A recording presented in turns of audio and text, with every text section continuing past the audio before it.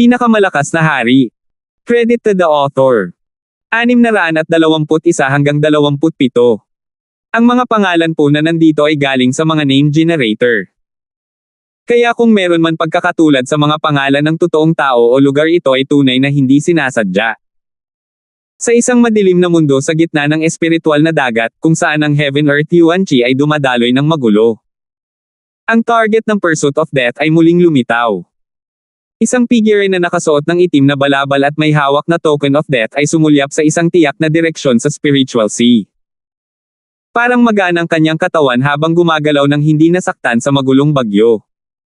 Weng! Ang token of death sa kamay ng Death Guard ay nagbigay ng kakaibang kaguluhan habang ito ay nagpadala at tumanggap ng mga pambungad na impormasyon. Sa kasamaang palad, ang Yuan Chi dito ay masyadong magulo, kaya ang balita ay hindi maaaring maglakbay ng napakalayo. Bulong ng Death Guard.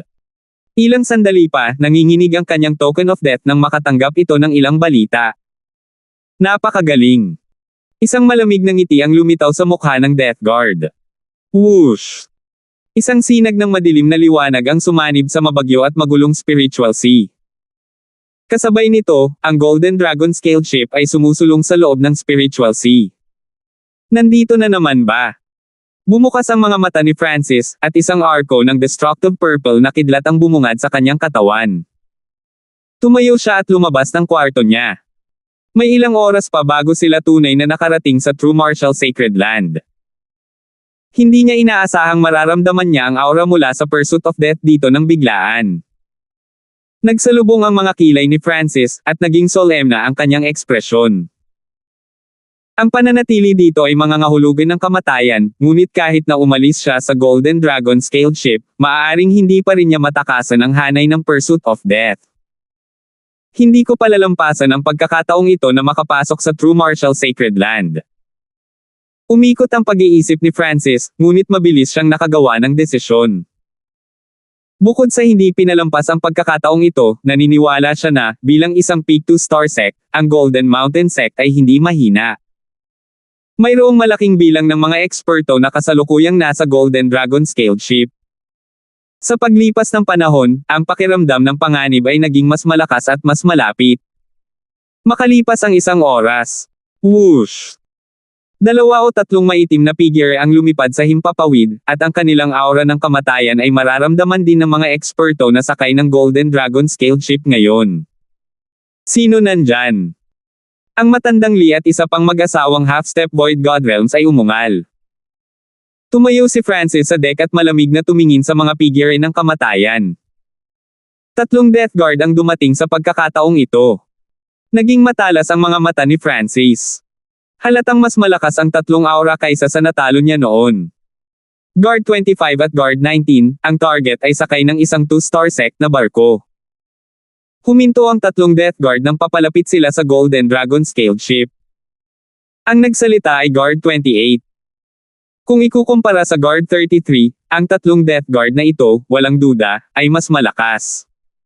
Sa partikular, sapat na ang aura ng kamatayan ng Guard 19 para maging ang mga nasa kalahating hakbang na Void God Realm ay hindi mapakali. Gayunpaman, sa pagharap sa 2 o 300 eksperto na sakay ng Golden Dragon Scaled Ship, ang 3 Death Guards ay nag-iingat at hindi agad nakasakay. 3 Death Guard ay hindi sapat para labanan ang buong Golden Dragon Scaled Ship. Nagpakawala ng hininga si Francis.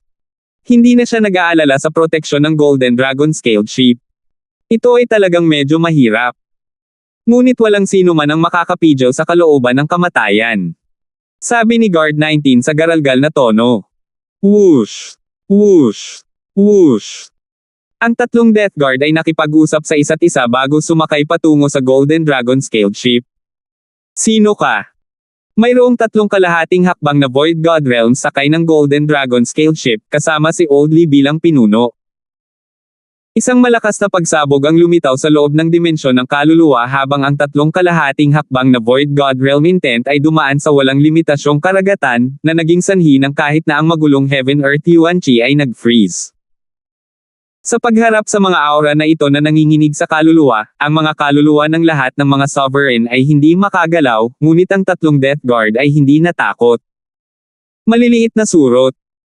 Ngumisi ang Guard 19 habang ang layunin ng kamatayan ay itinulak palayo ang kalahating hakbang na layunin ng Void God Realm. Boom! Ang kanilang mga kaluluwa ay tila nanginginig, at ang ilan sa mga elite sa Golden Dragon scaled ship sa ibaba ng Origin Core Realm ay agad na nagluwa ng dugo at nahimatay. Death Intent. Ito kaya ang maalamat na Death Guards. Ang mga puso ng tatlong kalahating hakbang na Void God Realms mula sa Golden Mountain Sect ay nanginginig. Sa sandaling ito, lahat ng nasa Golden Dragon scaled ship ay kumilos na parang kaharap ang isang malakas na kalaban, at binuksan nila ang mga defensive array. Ang tatlong half-step na Void God Realms, at halos 10 late stage at peak stage na Sovereign Lords ay lumutang sa itaas ng Golden Dragon scaled ship. Guard 28, Guard 25 and I will stall these old bastards. You cultivate in the 10,000 figure chaos technique, na mas angkop sa magulong sitwasyon, kaya hulihin mo ang brat na iyon. Kung ang brat na iyon ay magulo, gawin mo na lang ang pinakamababang requirement at putulin ang ulo niya. Iyon din ang kukumplito sa misyon. Sinabi ng Guard 19 sa pamamagitan ng spiritual sense. Naiintindihan. Sa sandaling sumagot ang Guard 28, ang kanyang figure ay nahati sa 10, na pagkatapos ay nahati sa 100. Shua! Shua! Shua! Daan-daan at libu-libong figure ng kamatayan ang agad na lumitaw.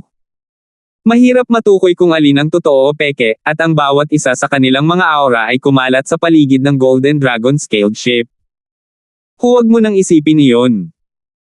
Sinubukan silang pigilan ng tatlong kalahating hakbang na Void God Realms mula sa Golden Mountain Sect, ngunit nalaman nilang mahirap matukoy kung alin ang tunay na katawan sa loob ng maikling panahon. Kasabay nito, ang tatlong kalahating hakbang na Void God Realms ay nakaharap din sa pag-atake ng Guard 19. Kamay ng kaluluwa ng kamatayan. Isang hangin ng kamatayan ang bumalot mula sa Guard 19, at ang kanyang katawan ay tila natatakpan ng isang mahiwagang liwanag kaya walang sino man ang nakakakita sa kanya ng malinaw. Boom! Boom! Boom! Tatlong maitim na kamay ang lumawak mula sa kadiliman, at sa sandaling lumitaw ang kamay ng kaluluwa ng kamatayan, ang mga kaluluwa ng tatlong kalahating hakbang na Void God Realms ay nanginginig. Hindi maganda, ingat. Ang matandang Lee ay umungal, ngunit ang kamay ng kamatayan ng kaluluwa ay isang kakaibang kasanayan sa paghihigpit ng kaluluwa na agad na nakakulong sa mga kaluluwa ng tatlong kalahating hakbang na Void God Realms. Ang mga kaluluwa ng lahat ng tatlong kalahating hakbang na Void God Realms ay nanlamig, at sila ay hindi na makahinga. Sa susunod na sandali, ang mga katawan ng tatlong kalahating hakbang na Void God Realms ay hinawakan ng tatlong kanya-kanyang Death Soul Hands. Lahat sila ay nagsimulang magpumiglas at umikot sa sakit.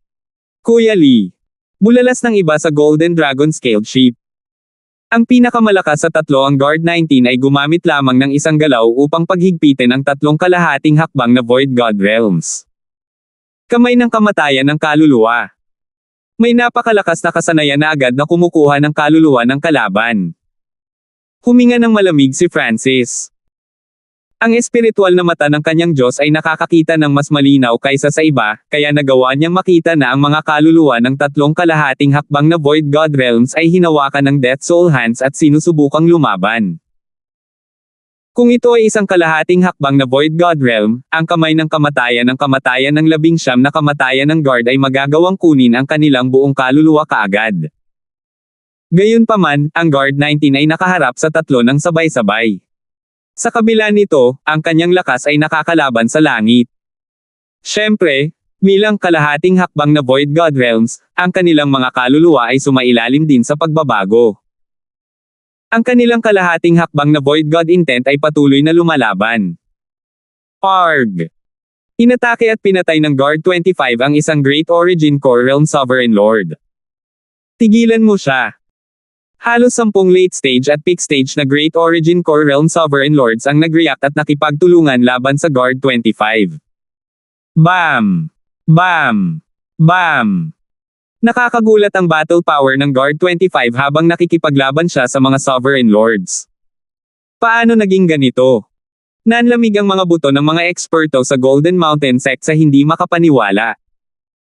Ang lakas ng tatlong Death Guards ay sadyang nakakalaban sa langit. Pinigilan ng Guard 19 ang tatlong half-step Void God Realms ng mag-isa. Ang Guard 25 ay nakipaglaban sa maraming Sovereign Lords. Tapos, paano naman ang Guard 28? Arg! Arg! Daan-daan at libu-libong figure ng kamatayan ang tumalon papunta sa Golden Dragon scaled ship, at ang mga hiyawan ay umalingaw-ngaw sa lahat ng dako. Ang defensive array ng Golden Dragon scaled ship ay tila walang epekto sa Guard 28. Shit! Bumagsak ang puso ng tatlong kalahating hakbang na Void God Realms nang maramdaman nila ang nangyayari sa ibaba. Nakaharap sa Guard 28, ang natitirang mga eksperto sa Golden Dragon scaled ship ay papatayin.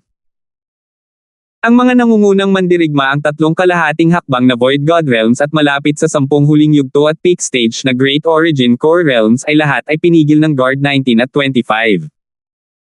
Kapag napatay na ng Guard 28 ang lahat at nakiisa sa labanan, sapat na ito upang ibalik ang takbo.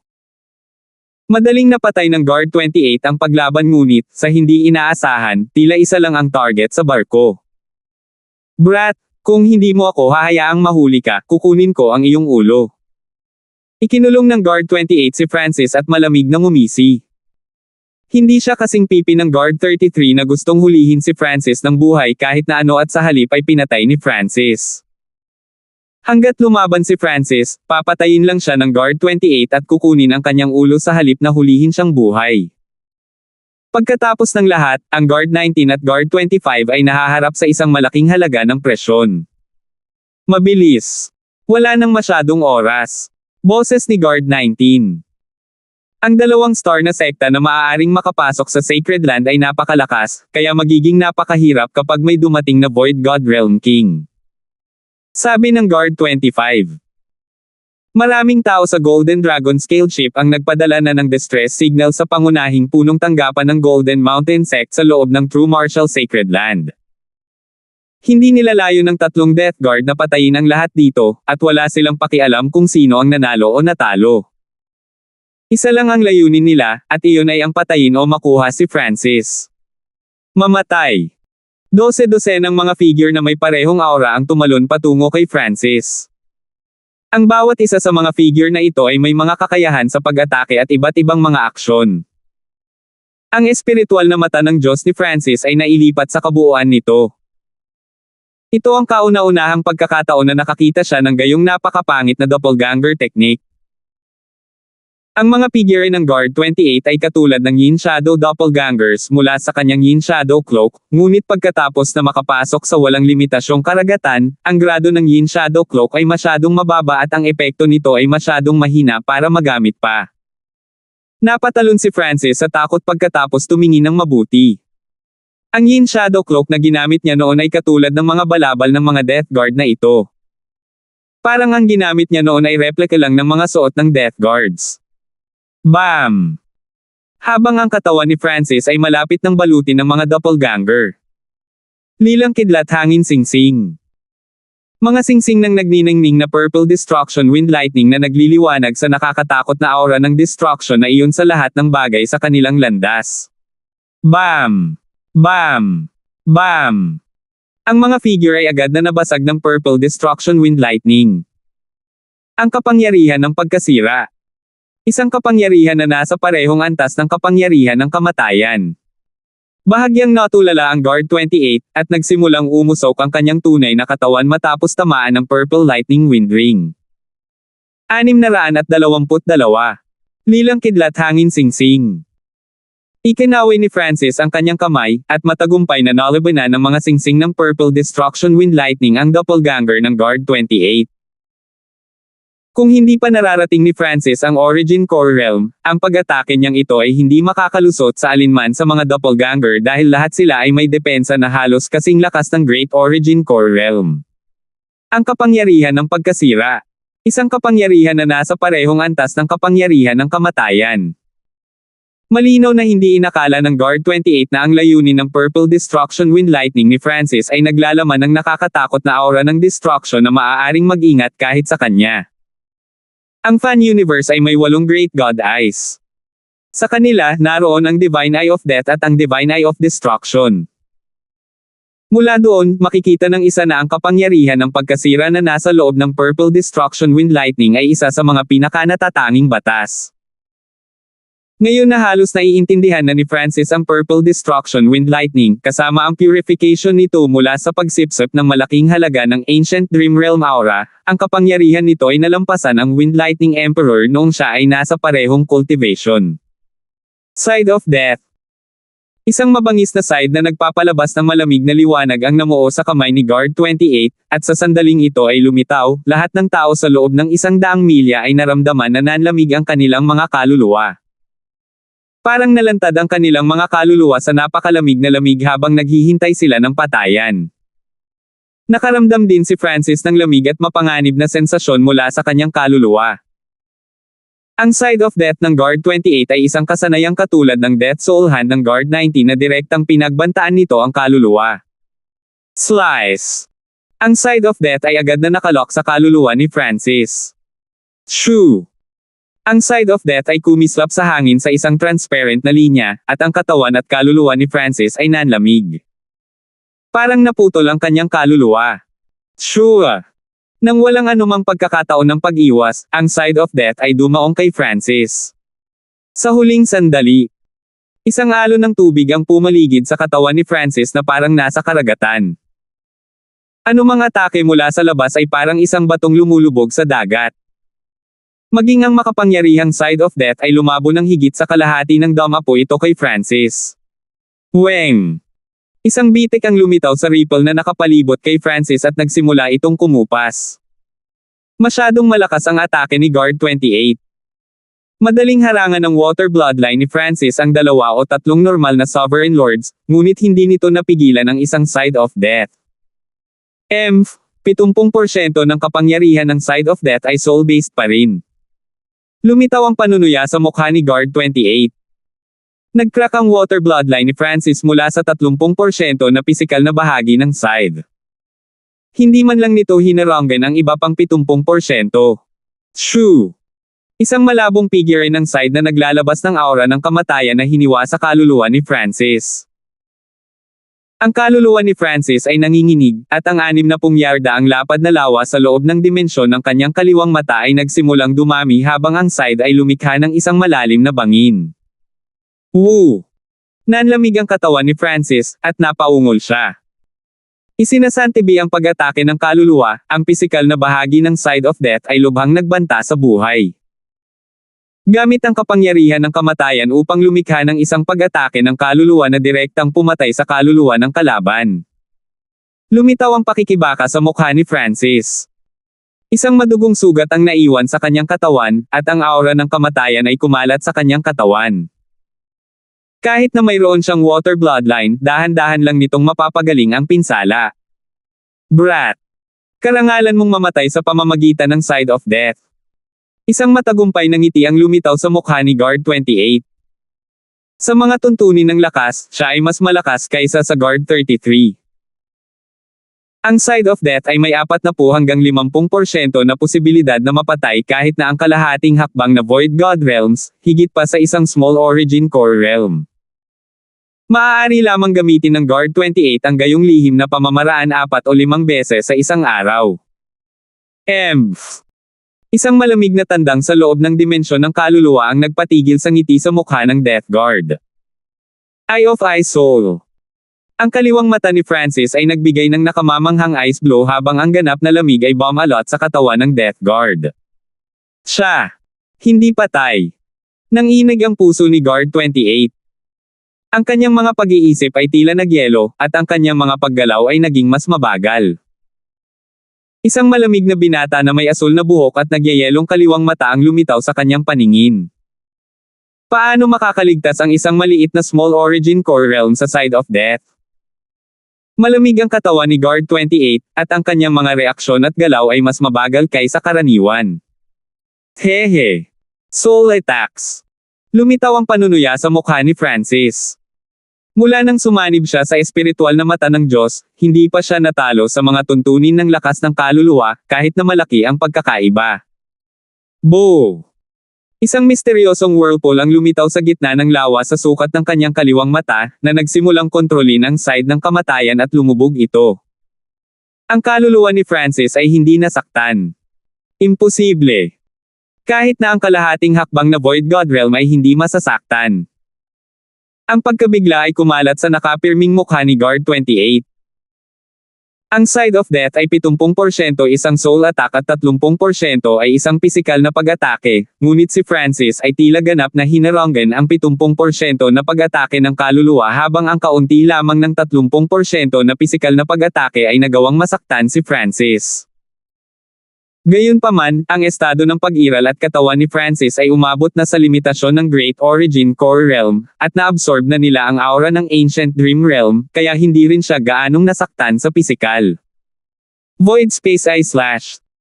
Ang isang surge ng eye bloodline power ay nagsimulang magtipon sa kaliwang mata ni Francis, at isang purple na aura ang kumikislap sa kanyang kaliwang mata. Hindi maganda. Tumalo ng puso ni Guard 28 nang maalala niya kung paano natalo si Guard 33. Ang Guard 33 ay mayroong Death Shadow figure, kaya maaari siyang mabuhay muli hanggat hindi nawasak ang kanyang kaluluwa. Nagbigay siya ng impormasyon tungkol kay Francis sa iba pang mga Death Guard, at narinig ng Guard 28 ang tungkol sa Void Space Eye Slash. Tatayo na sana siya, ngunit nalaman niyang mas mabagal ang kanyang mga reaksyon at galaw kaysa karaniwan. Ngayon na ang kaluluwa at eye bloodline ni Francis ay naging mas malakas, ang Eye of Ice Soul ay nabawasan ang mga reaksyon ng Death Guard at mas pinabilis kaysa dati. BAM! Isang matalim na talim na nagliliwanag ng nakamamanghang aura ng pagkasira na tumusok sa katawan ni Guard 28. Ginawa ng Guard 28 ang lahat para makaiwas. Nagawa niyang palampasin ng Void Space Eye Slash ang kanyang puso, ngunit kahit noon pa man, ang aura ng destruction ay lumaganap sa kanyang katawan at umatake sa kanyang puso. Ngayon na halos naiintindihan na ni Francis ang kabuuan ng Purple Destruction Wind Lightning, ang kapangyarihan ng destruction na nasa loob ng Void Space Eye Slash ay ilang beses na mas malakas kaysa dati. Kaunti na lang. Naghanda si Francis na ipaputok ang pangalawang Void Space Eye Slash. Ngayong napakalakas na ng kanyang kaluluwa, maaari na siyang gumamit ng 10 Void Space Eye Slashes. Sure! Ang Guard 28 ay naging daan-daan at libu-libong figure. Itinago ng mga Death Shadow Doppelganger na ito ang tunay na katawan habang ang ilan ay umatake kay Francis. Kidlat ng hangin daang figure. Ngumisi si Francis habang sinisiyasat ng kanyang kaliwang mata ang layunin ng mga doppelganger ng Guard 28 at naglabas ng nagniningning na bola ng Purple Wind Lightning. Shua! Shua! Shua! Agad na nahati ang katawan ni Francis sa dalawang Purple Wind Lightning figure. Ang dalawang Purple Wind Lightning figure ay muling nahati. 2, 4, 8, 16. Sa isang maikling sandali, 12 ng Purple Wind Lightning figure ang kumalat sa 100 yarda na radius. Paano nalaman ng batang iyon? Ang aking 10,000 figure chaos technique. Bulalas ng Guard 28. Bagamat si Francis ay walang kahit 1/5 ng bilang ng mga doppelganger bilang Death Guard, ang layunin na ginamit upang likhain sila ay lubos na magkatulad. Higit pang hindi ka panipaniwala, ang mga doppelganger na ito ay bumuo ng isang hanay at lumikha ng mga arko ng kidlat at bugzo ng hangin. Ang layunin ng mga doppelganger na ito ay katulad ng mga Yin Shadow Doppelgangers mula sa Yin Shadow Cloak, at ang aking Wind Lightning Inheritance ay mayroon ding layunin ng Illusion Lightning After Image. Ang tunay na katawan ni Francis ay nakatago sa gitna ng dosenang mga figure. Dahil may foundation na si Francis kaya nagawa niyang kopyahin ang 10,000 figure chaos technique ng Guard 28. Pinagsama ang kanyang dalawang kasanayan, nilikha niya ang Wind Lightning 100 figure. Ang batayan ng mga doppelganger na ito ay hangin at kidlat, na nakatulong sa kanila na magpakita ng bilis ng kidlat. Boom! Nagkasagupaan ang mga doppelganger at nagkawatak-watek. Dahil sa restriction sa cultivation at limitadong halaga ng Wind Lightning 100 figure, si Francis ay nawala ng pagkakataon. Brat, mahahanap ko na ang tunay mong katawan. Ang mukha ni Guard 28 ay puno ng puot, at ang kanyang tunay na katawan ay nakatago sa gitna ng kanyang mga doppelganger. Habang bumababa ang dami ng doppelganger ni Francis. Eye of Ice Soul. Isang malamig na boses ang umalangaw-ngaw sa buong kaluluwa, at nagsimulang lumitaw ang hamog na nagyelo sa katawan ni Guard 28. Nahanap niya ako. Nanlamig ang katawan ni Guard 28. Ang kanyang mga reaksyon at galaw ay halatang mas mabagal muli, at maaari niyang hulaan na ang susunod na void space ay lalabas sa lalong madaling panahon, ngunit hindi niya matanggap na nahanap ni Francis ang kanyang tunay na katawan ng napakabilis. Ang mga doppelganger mula sa kanyang 10,000 figure chaos technique ay may parehong aura. Kahit na ang mga nasa kalahating hakbang na Void God Realm ay mahihirapang hanapin ang tunay. Walang laman ang space / Isang tipak ng bloodline na kapangyarihan ang sumasakop sa Guard 28. Dodge. Bagaman mas mabagal ang kanyang mga reaksyon, mayroon siyang sapat na oras upang matiyak na ang pag-atake ay hindi dumapo sa kanyang mga vitals. Bilang isang Death Guard, mayroon din siyang halos walang kamatayang katawan, kaya hindi siya natatakot sa mga normal na pag-atake hanggat hindi sinisira ng mga ito ang kanyang puso at iba pang vitals. Sure. Isang talon ang tumusok sa katawan ni Guard 28. Arg! Nanlamig ang katawan ni Guard 28, at napasigaw siya. Puno ng takot ang mga mata niya. Isang talon na nagliliwanag ng aura ng pagkawasak ang pumutol sa kanya sa baywang. Gayunpaman, hindi tulad ng huli, ang talon na ito ay kalahati ng taas ng isang tao at ilang beses na mas malaki kaysa dati. Hehe. Mega Void Space / Bahagyang tumawa si Francis. Shoo! Ikaw. Hindi napigilan ng Guard 28 na tumingin sa sarili. Flop! Ang kanyang katawan ay nahati ng Mega Void Space / 623. Ang Mega Void Space / ay mas mahaba at mas malawak. Ang pinaka-nakakatakot na bahagi tungkol sa Void Space / ay ang kakayahang biglang mag-teleport at umatake sa isang tiyak na punto, kahit na nabangga ito sa isang buhay na nilalang. Nangangahulugan iyon na ang pag-atake ay mahirap iwasan, at maaari nitong baliwalain ang halos lahat ng depensa. Brat! Ang ibabang bahagi ng Guard 28 ay ganap na naputol, at umungal siya sa gulat at galit. Sa pagkakaroon ng Death Shadow Body, maayos pa rin siya sa ngayon kahit na naputol ang kanyang lower half. Kaya lang, ang kanyang lakas sa pakikipaglaban ay bahagyang hihina. Lilang Destruction / Flame. Nakahanda na si Francis. Muli siyang umatake. Whoosh! Isang umuungal, 12-dosenang yarda ang lapad at kalahating transparent na purple na apoy na naglalabas ng aura ng pagkasira. Matapos makapasok sa Origin Core Realm, ang kanyang Danfire ay nasa mas mataas na antas, at ito ay nauugnay na ngayon sa Purple Destruction, na naglalaman ng parehong kapangyarihan ng Destruction at Wind Lightning. Hindi maganda. Sinubukan ng Death Guard na umiwas. Sa ilalim ng normal na mga sitwasyon, ang pag-atake ng bloodline ay napakahirap iwasan, at sa mga tuntunin ng pinsala, ang Purple Destruction / Flame ay mas malakas pa kaysa sa Void Space / ngunit ang Purple Destruction / Flame ay makikita, kaya ang Guard 28 ay naiiwasan pa rin ito. Emph! Lumitaw ang panunuya sa mukha ni Francis. Boom! Ang Purple Destruction / Flame ay umungol nang tumama ito sa ibabang bahagi ng katawan ni Guard 28. Bam! Ang lower half ni Guard 28 ay agad na pinaso ng Purple Destruction / Flame. Katawan ko. Napaungol si Guard 28 habang pinagmamasdan ang ibabang bahagi ng kanyang katawan na nagiging itim na uling. Bagamat ang Death Shadow Body ay may katangian ng immortalidad, hindi iyon nangangahulugan na ito ay ganap na hindi nasisira. Kung walang enerhiya para protektahan at suportahan ito, wala itong magagawa laban sa Purple Destruction / Flame. Tingnan natin kung gaano katagal ka magtatagal sa kalahating katawan. Malamig nang umisi si Francis sa kanyang puso. Dahil ang Death Guard ay masyadong mabilis, kaya hindi nagawang i-lock ni Francis ang puso, maaari lamang niyang subukang palakihin ang laki ng Void Space / at putulin ang isang bahagi ng katawan. Ang Purple Destruction / Flame ngayon ay nakatutok sa cut-off na bahagi dahil hindi gaanong pinsala ang ibibigay sa Death Guard kahit na tumama ito sa kanya. Brat, gagawin kitang abo. Kailan pa napahiya ng ganito si Guard 28? Ang A-side of death ay muling namuo sa kanyang kamay habang siya ay tumalon patungo kay Francis gamit lamang ang itaas na kalahati ng katawan. Sa pagkakataong ito, binago niya ang mga taktika at ginamit ang Side of Death bilang sandata para sa malapit na labanan. Pagsasayaw ng Side of Death. Ang pagkabaliw ay lumitaw sa mga mata ng Guard 28 habang winuwagayway niya ang Side of Death, at ang malamig na mga ilaw ng kamatayan ay kumikislap sa paligid. Boom! Boom!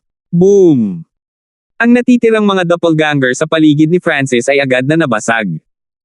Shit! Sa pagharap sa counter-attack ng Death Guard, naramdaman ni Francis ang panganib ng isang sandali ng buhay o kamatayan. Sa pagtatapos ng araw, ang pagkakaiba sa pagitan ng dalawang mandirigma ay medyo malaki pa rin. Ang Side of Death kanina ay 30% physical attack at 70% soul attack.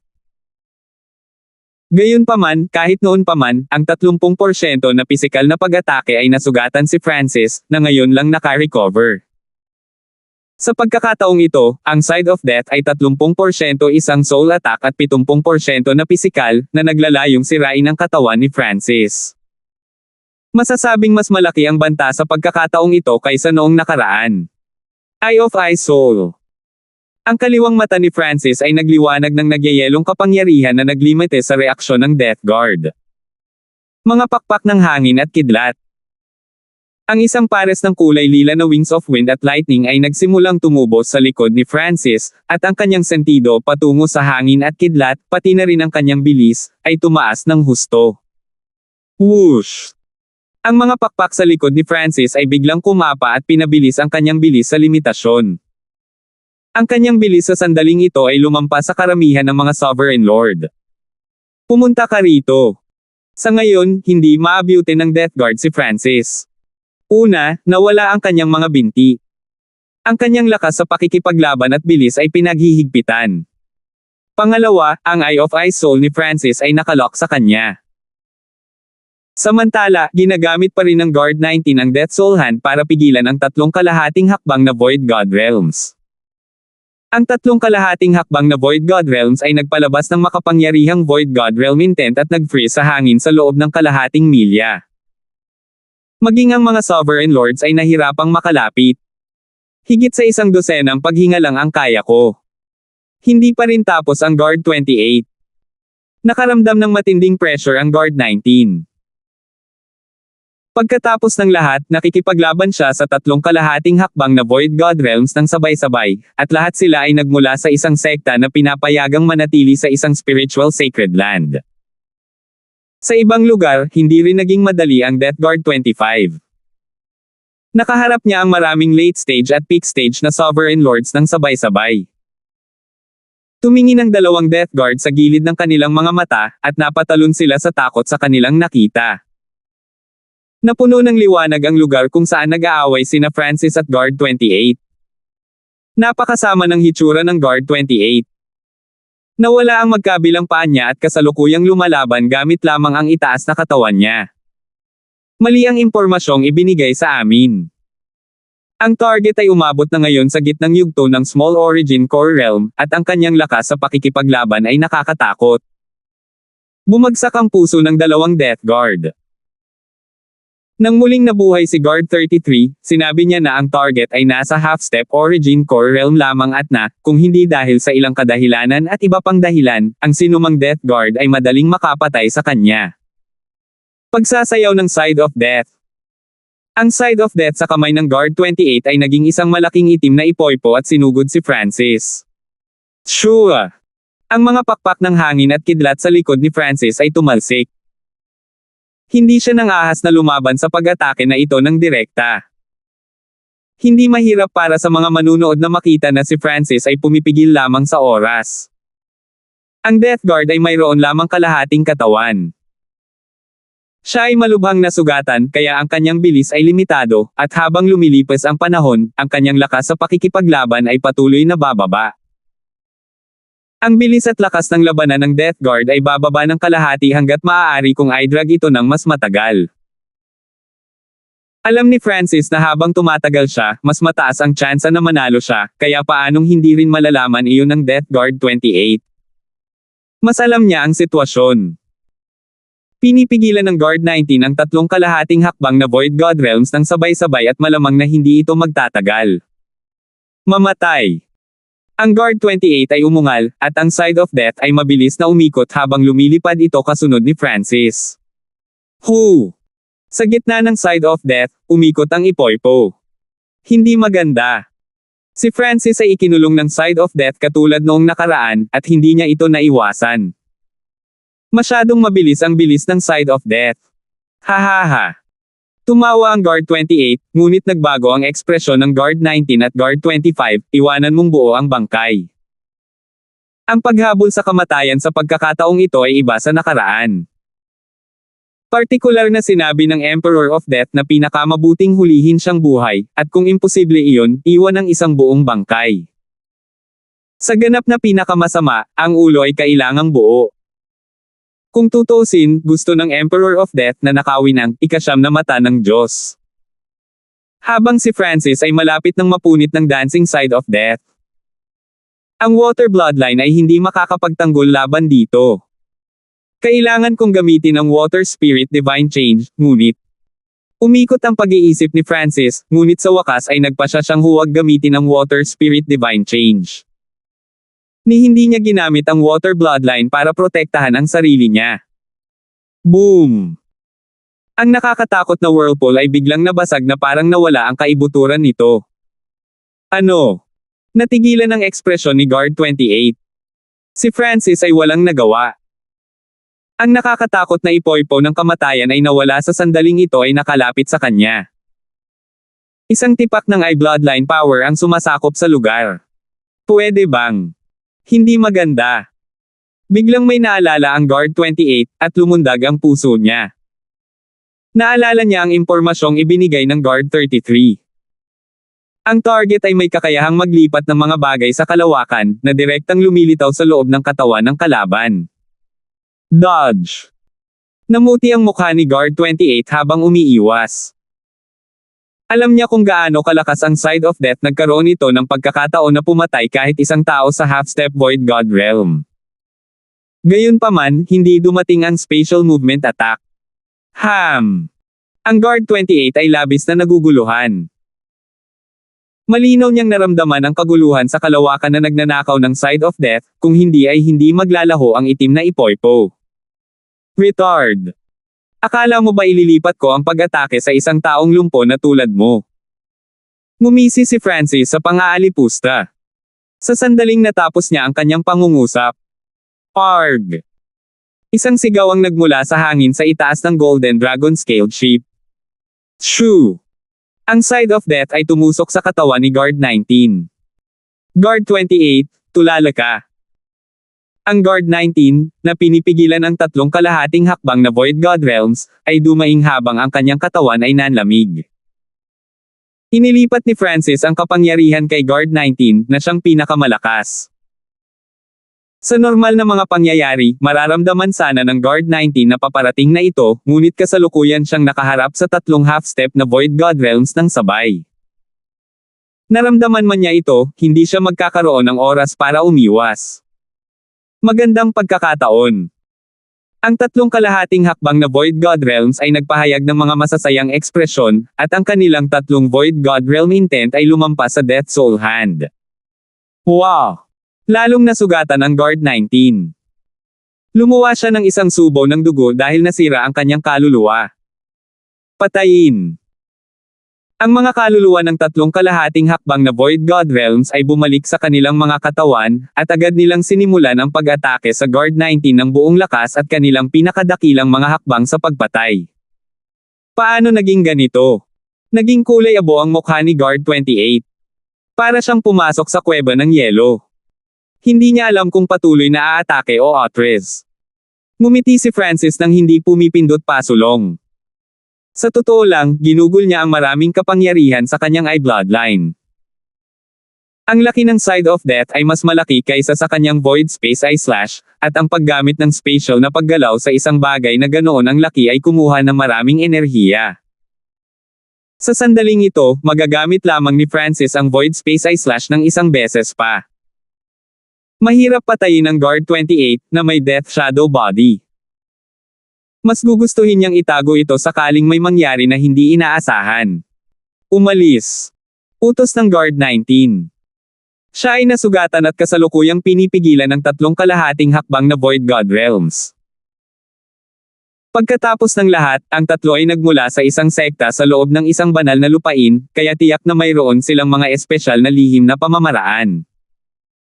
Kung gumamit man sila, magiging banta sila sa buhay ni Guard 19. Umalis. Nagpakawala ng hininga si Guard 28. Siya ay naging daan-daan at libu-libong Death Shadow figure, bawat isa ay may malubhang na sugatan na katawan, at tinakpan ang dalawa pang Death Guard. Habulin mo sila. How dare you hurt our disciples? Kahit na ikaw ang mga subordinate ng Emperor of Death, hindi ka namin pababayaan. Ang matandang Lee ay umungal na may layuning pumatay. 624. Bumalik si Francis sa Golden Dragon scaled ship at naupo, pagkatapos ay pinanood ang tatlong half-step na Void God Realms mula sa Golden Mountain Sect na humahabol sa Death Guards. Bagamat ang tagumpay ay mahirap labanan, ito ay mas madali kaysa sa huling pakikipaglaban sa isang Death Guard. Noong nakaraang pagkakataon, ginamit ni Francis ang lahat ng posibleng paraan, kabilang ang maliit na pos ang magnanakaw, ang lahat ng kanyang true yuan, at ang lahat ng kanyang kapangyarihan sa I-Bloodline, samantalang sa pagkakataong ito, bukod sa ang katunayan na ginamit niya ang karamihan ng kanyang kapangyarihan sa I-Bloodline, mayroon pa siyang higit sa kalahati ng kanyang true yuan na natitira. Boo! Isang alon ng tubig ang umilo sa paligid ni Francis at nagsimulang pagalingin ang mga pinsalang likha ng Side of Death. Ang mga pag-atake mula sa Death Guards ay naglalaman ng aura ng kamatayan, na lubhang nagbabanta sa mga buhay na nilalang. Kung hindi dahil sa katotohanan na ang kanyang estado ng pag-iral ay umabot sa limitasyon ng Great Origin Core Realm at nakakuha ng 1 toneladang aura ng Ancient Dream Realm, namatay na sana siya sa Side of Death. Ang ilan pang Great Origin Core Realms ay napatay ng walang pag-aalinlangan. Sa paglipas ng panahon, karamihan sa mga pinsala ni Francis ay gumaling.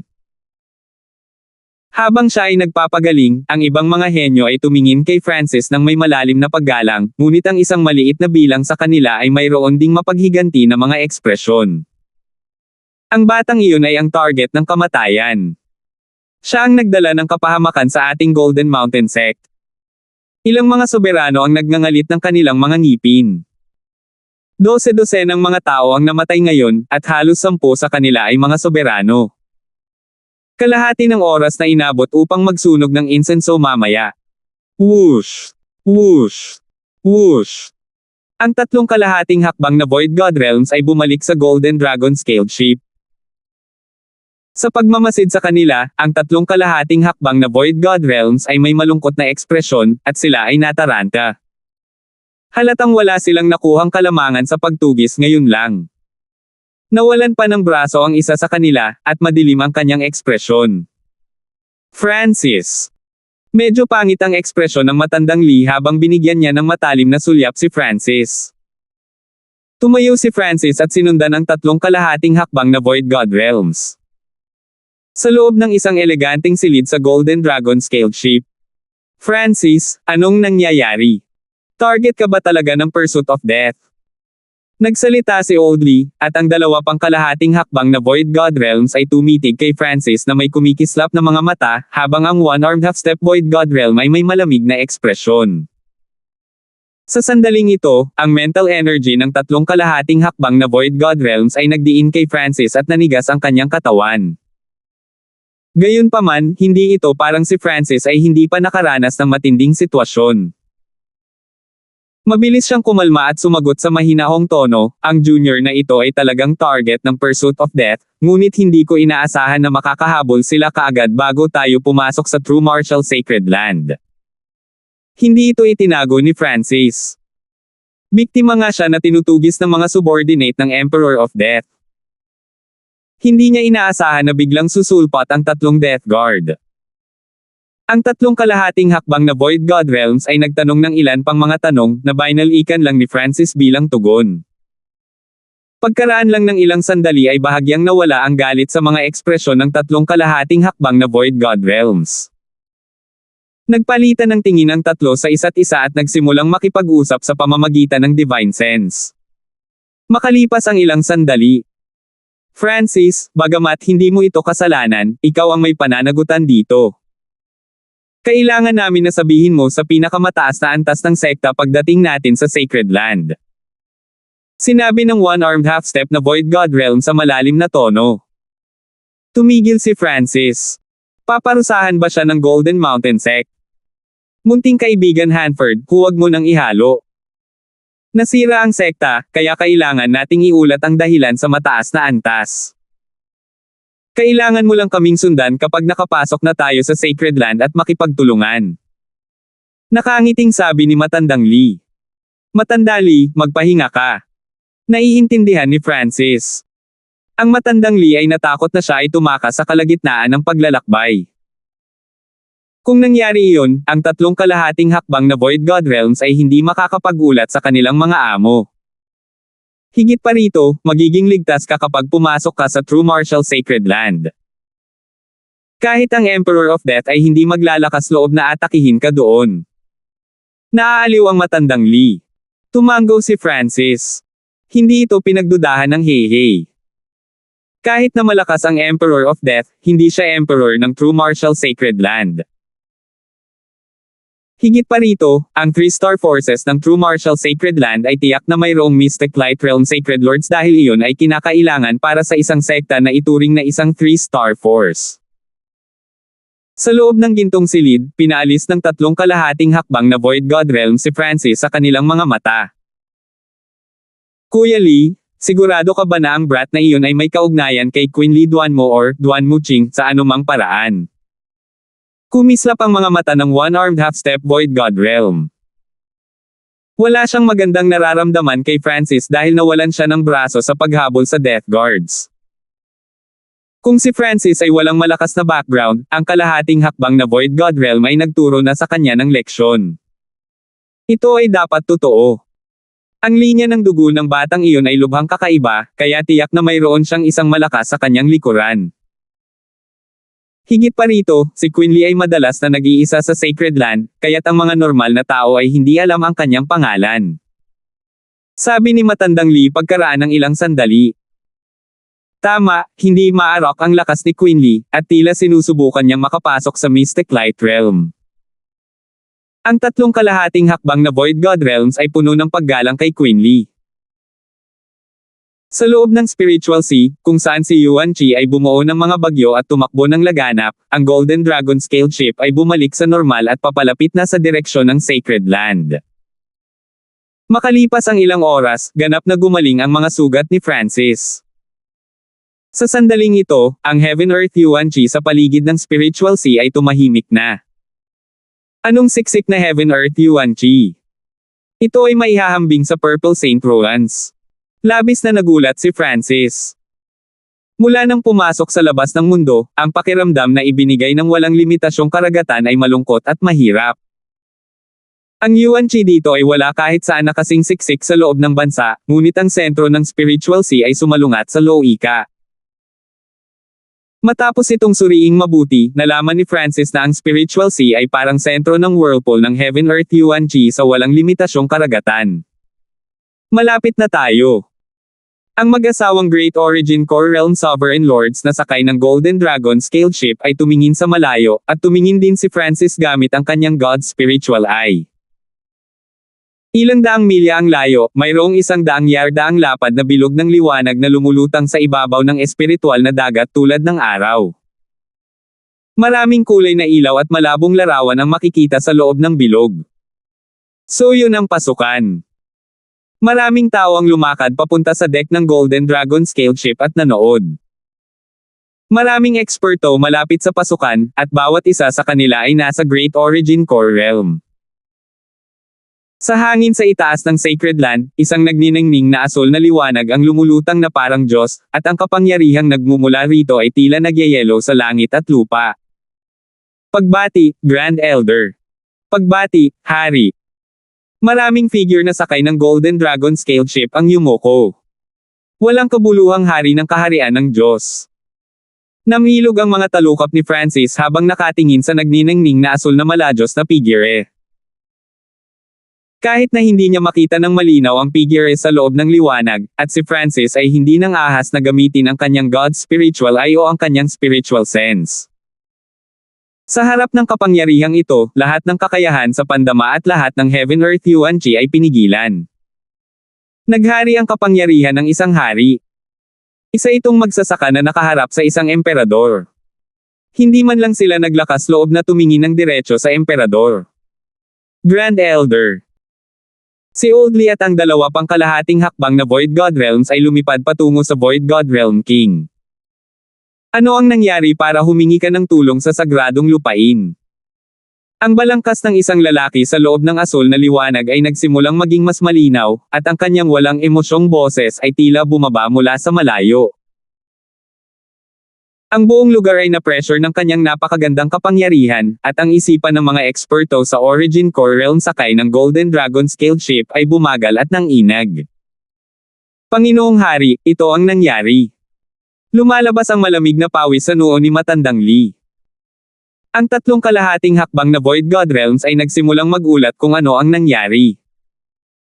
Sa panahong ito, biglang naramdaman ni Francis ang tingin ng lalaking nakasuot ng asul. Sa sandaling iyon, ang kanyang kaluluwa ay tila nanginginig, at ang kanyang mga iniisip ay napigilan. Huminga ng malalim si Francis.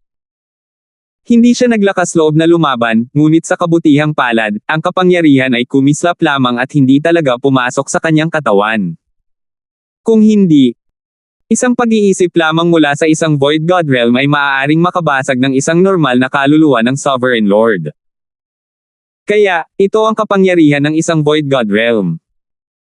Ang kanilang mga kaluluwa ay napakalakas, at gaano man kalakas ang pisikal na katawan ng isang tao, hanggat ang kanilang mga pag-iisip at kaluluwa ay pinaghihigpitan, maaari silang patayin sa isang pag-iisip lamang. Nanginig ang puso ni Francis. Ang naramdaman na lang niya ay ang malaking bangin sa pagitan ng kanilang mga kaluluwa. Tila, ang divine sense of a Void God Realm King ay maaaring umalis sa kanilang pisikal na katawan at lumipad sa himpapawid at magkaroon ng hindi maunawaan na kapangyarihan sa pangkalahatan. Emperor ng Kamatayan. Nagulat ang boses ng lalaking nakasuot ng asul. Isang napakagandang kapangyarihan ang muling bumaba sa kaluluwa ni Francis, nanginginig ang kanyang katawan at isipan. Ang normal Origin Core Realms ay lumuhad na sa lupa, ngunit si Francis ay nasa Ancient Dream Realm, at ang aura doon ay napakalakas. How dare you bring the target of the pursuit of death sa Golden Mountain Sect? Isa itong kalamidad. Hindi mapakali ang boses ng lalaking nakasuot ng asul. Ang mga puso ni Oldly at ng kumpanya ay nanginginig, at sila ay naging hindi mapalagay. Bagamat alam nila ang tungkol sa Emperor of Death, tila minamaliit nila ang panganib na kasangkot. Bilang isang Void God Realm King, ang lalaking nakasuot ng asul ay mas maingat sa Emperor of Death kaysa sa sinumang nasa ibaba ng Void God Realm. Ang Emperor ng Kamatayan ay may mata ng kamatayan, at siya ay isang piling tao sa mga Emperor. Noong nakaraan, ang isang eksperto ng Golden Mountain Sect na halos kasing lakas ng aking sarili ay muntik nang mapatay ng Emperor of Death, ngunit ibinigay niya ang target ng Pursuit of Death sa huling sandali upang mabuhay. Frustration na sabi ng lalaking nakasuot ng blue. Bukod sa tatlong half-step na Void God Realms, si Francis lang ang nakakakuha ng kaunting komunikasyong nangyayari sa Soul Dimension. Biglang tumalon ang puso ni Francis. Tila ang haring ito ng Golden Mountain Sect ay natakot sa Emperor of Death at hindi naglakas loob na saktan siya. Grand Elder, ang junior na ito ay mayroon ding. Sinubukan ni Matandang Lee na magpaliwanag. Sa sandaling iyon. Pang! Pang! Pang! Pang! Sakay ng Golden Dragon Scaled Ship, ang kaluluwa ni Francis ay biglang napuno ng isang pakiramdam ng panganib na hindi pa niya naramdaman noon. Sino nandyan? Ang Void God Realm intent ng lalaking nakaasul ay dumaan sa walang limitasyong karagatan at naging sanhi ng pagbabago ng kulay ng langit at lupa. Kasabay nito, lumakad ang apat na Death Guard at isang matangkad na figure na naging dahilan ng pagkapuno ng Heaven Earth na si Yuan Chi ng Kamatayan. 625. Muling lumitaw. Naramdaman ni Francis na ang aura ng kamatayan sa loob ng kanyang kaluluwa ay mas malakas kaysa dati. Mayroong higit sa isa o dalawang token of death na papalapit, at isa sa mga ito ang nagpa-freeze sa kaluluwa ni Francis. Kahit na ang asul na damit na hari mula sa Golden Mountain Sect ay may naramdaman, at ang kanyang ekspresyon ay nagbago ng malaki. Nanginig ang puso ni Francis. Malinaw na ang humahabol sa pagkakataong ito ay hindi lamang isang normal na Death Guard. Sure. Nakatingin sa malayo ang God Spiritual Eye ni Francis, at hindi niya maiwasang huminga ng malamig dahil sa kanyang nakita. Para bang ang buong araw ay hinaranggan ng isang kulay abo na aura ng kamatayan na tila nagpalamig sa buong Heaven-Earth Yuan Chi. Sa kanyang pangitain, ang apat na Death Guard ay nakatayo sa paligid ng isang napakagandang figure, na napapalibutan ng madilim na apoy na parang Diyos mula sa impyerno.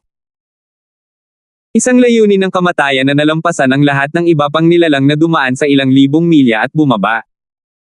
Target ng kamatayan. Nakarating ka nga sa sagradong lupain. Isang malamig na boses na tila nagmula sa kailaliman ng impyerno ang tumunog sa loob ng dimensyon ng kaluluwa. Sa sandaling iyon, ang mga puso ng lahat ng mga eksperto at mga henyo mula sa Golden Mountain Sect ay nanginginig, at ang kanilang mga iniisip ay tila nilalamon ng kadiliman.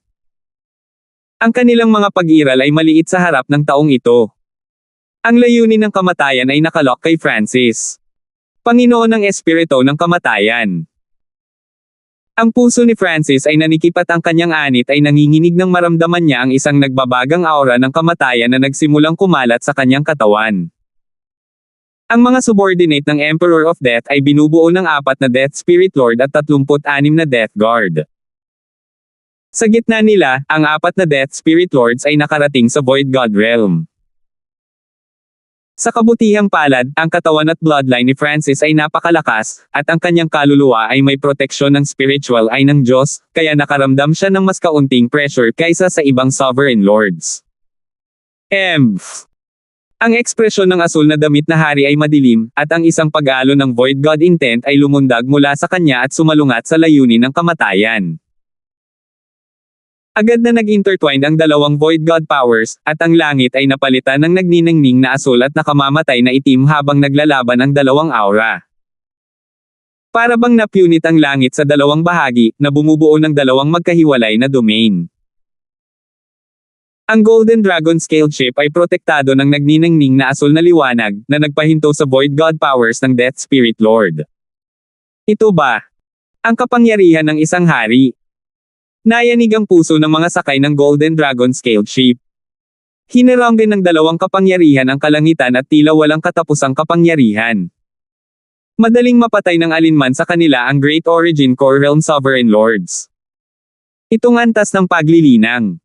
Nanginig ang puso ni Francis. Ang kanyang mga pandama ay pinaghihigpitan. Tanging ang kanyang God Spiritual ay ang halos hindi makatingin sa kapangyarihan ng dalawang Void God Realms. Ang soul orbs ng dalawang hari ay nagsanib sa kalangitan, at ang bawat kilos nila ay tila pumasa sa dimensyon ng kaluluwa.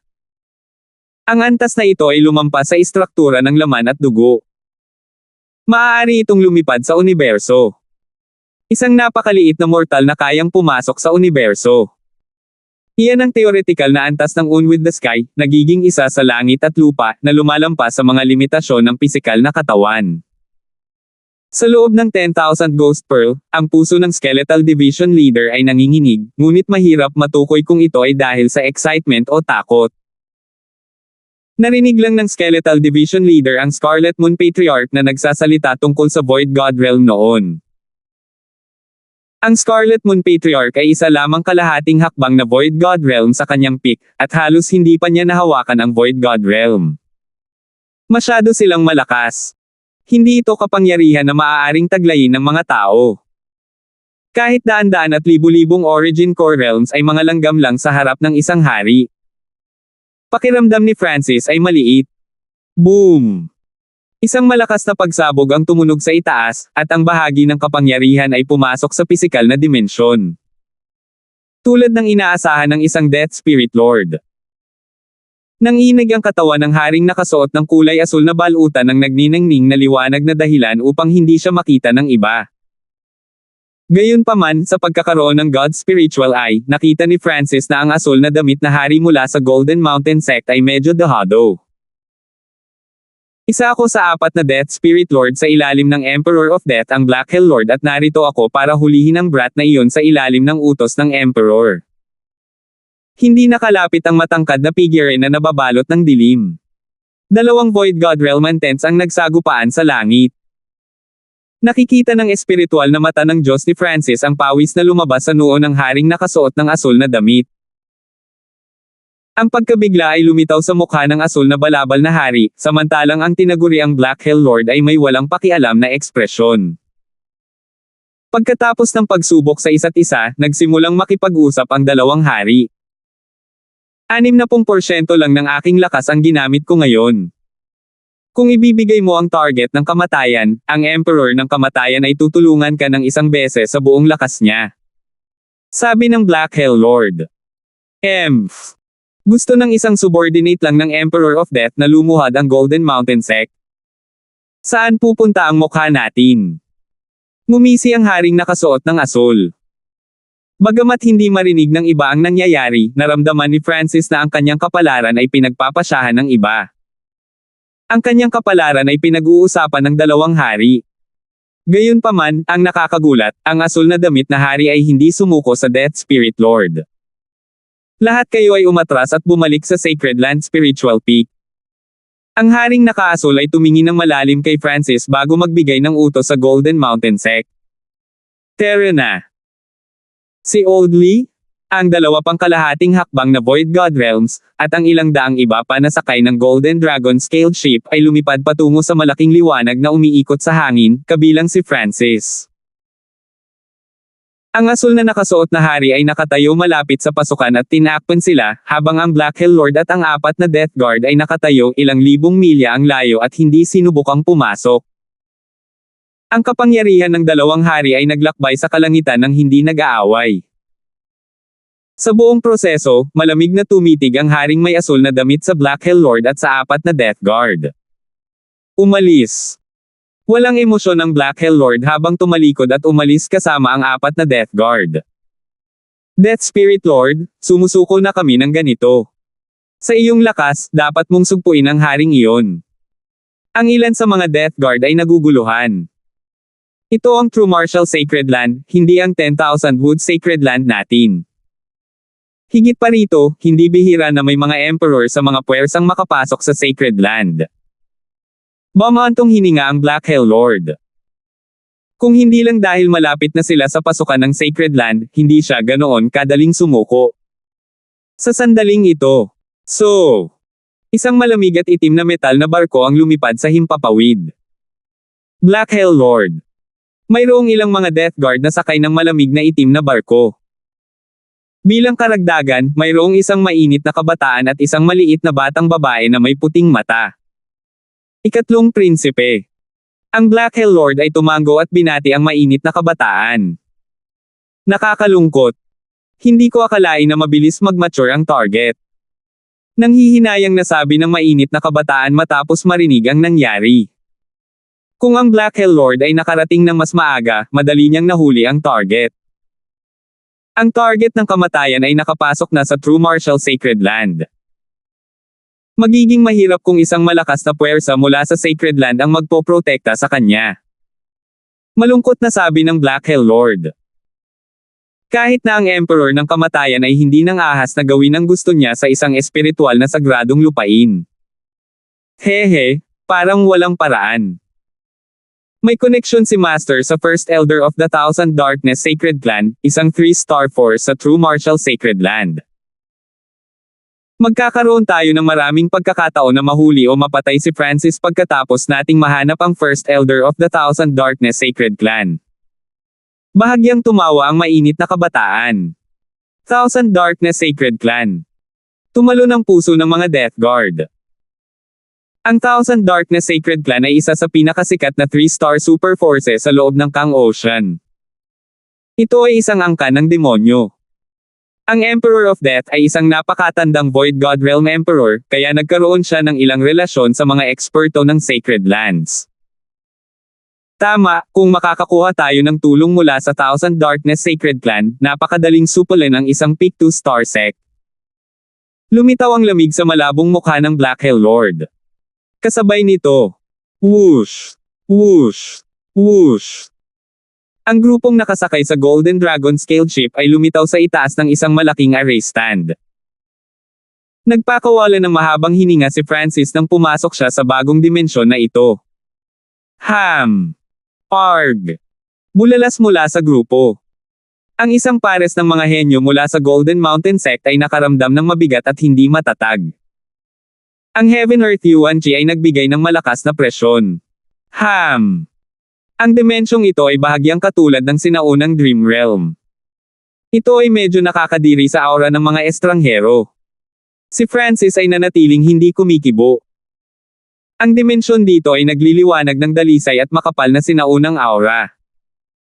Nasa tuktok sila ng isang spiritual peak sa isang berdeng bundok. Purong bughaw ang langit na tila wala sa panaginip.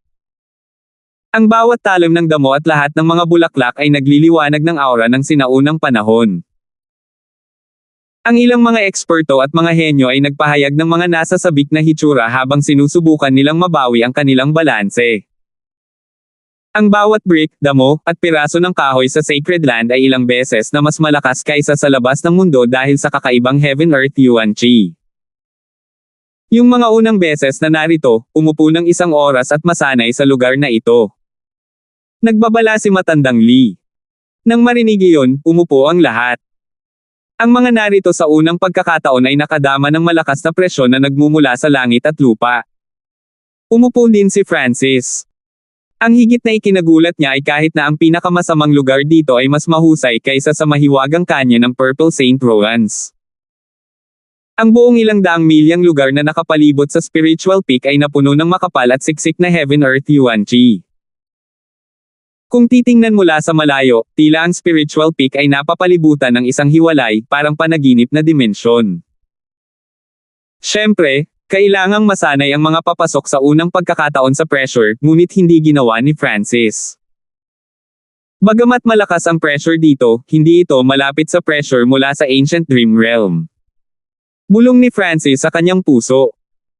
Hindi siya nakaramdam ng hindi komportable dito. Ang kanyang katawan at kaluluwa ay naka-absorb ng malaking halaga ng Ancient Dream Realm aura, at ito ay mas dalisay kaysa sa aura dito. Sa makatuwid, si Francis ay agad na naaprobahan ng Heaven Earth Yuan Chi sa loob ng Sacred Land, at ang nakakasuklam na aura mula sa dimensyon ay nawala kaagad. Sinimulan ni Francis na suriin ang kanyang paligid. Ang spiritual peak ay parang isang pundasyon na naglabas ng purong Heaven Earth Yuan Chi, at ang Yuan Chi dito ay maaaring maging ambon. Sa itaas ng spiritual peak, sa loob ng panaginip na liwanag, may mga mag-agarang gusali, maliliit na batis, at mga tulay. Ito ay tulad ng isang pagguhit ng pagiging perpekto. Ang makapangyarihang mga aura ay maaaring maramdaman na kumikislap sa kalangitan, at ang mga patay na sinaunang hayop ay makikita paminsan-minsan. 626. Ang spiritual peak na ito ay ang pasukan sa Golden Mountain Sect. Tumayo si Matandang Lee sa harap ni Francis at nagpakilala. Habang sinabi niya iyon, ang kalahating hakbang na Void God Realms mula sa Golden Mountain Sect ay may mahinang senyales ng pagmamalaki sa kanilang mga mukha. Sinuri ng espiritual na mata ng Diyos ni Francis kung ano ang nangyayari sa loob ng Sacred Land. May kabuuang 3 pangunahing spiritual peaks at 33 mas mababang spiritual peaks. Ang sino mang makakakuha ng mas mababang spiritual peak ay maituturing na Elite 2 Star Sect. Nagpatuloy si Matandang Lee. Gaya ng inaasahan. Nakita ni Francis ang 33 mas mababang spiritual peak sa paligid ng labas ng hangganan ng Sacred Land. Bawat isa sa kanila ay parang bukal na naglalabas ng tuloy-tuloy at siksik na Heaven Earth Yuan Chi. Bawat isa sa kanila ay natatakpan ng ambon, at kahit na hindi malinaw ang tanawin sa loob, ito ay maganda pa rin. Ang bawat mas mababang spiritual peak ay maaaring magkasya sa isang Peak 2 Star Sect, at ang kapaligiran dito ay mas maganda kaysa sa misteryosong canyon sa Purple Saint Roans. Napabuntong hininga si Francis sa kanyang puso. Ito ay ang mas mababang mga spiritual peaks. Sa gitna ng Sacred Land ay ang 3 pangunahing spiritual peaks na tila umabot sa langit. Ang tatlong pangunahing spiritual peaks ay napapaligiran ng mas mababang spiritual peaks at tila umiral na naaayon sa langit at lupa. Naglabas sila ng malakas na aura na kahit ang Void God Realm Kings ay hindi nang ahas na labanan. Ang pangunahing spiritual peaks ay higit sa 10 beses na mas malaki kaysa sa mas mababang spiritual peaks, at ang tatlong star na puwersa lamang ang may karapatang pumasok sa isa. Mamaling ang tingin ng lahat sa tatlong malabong pangunahing spiritual peaks. Ang mga pangunahing spiritual peaks ay nasa gitna ng sagradong lupain.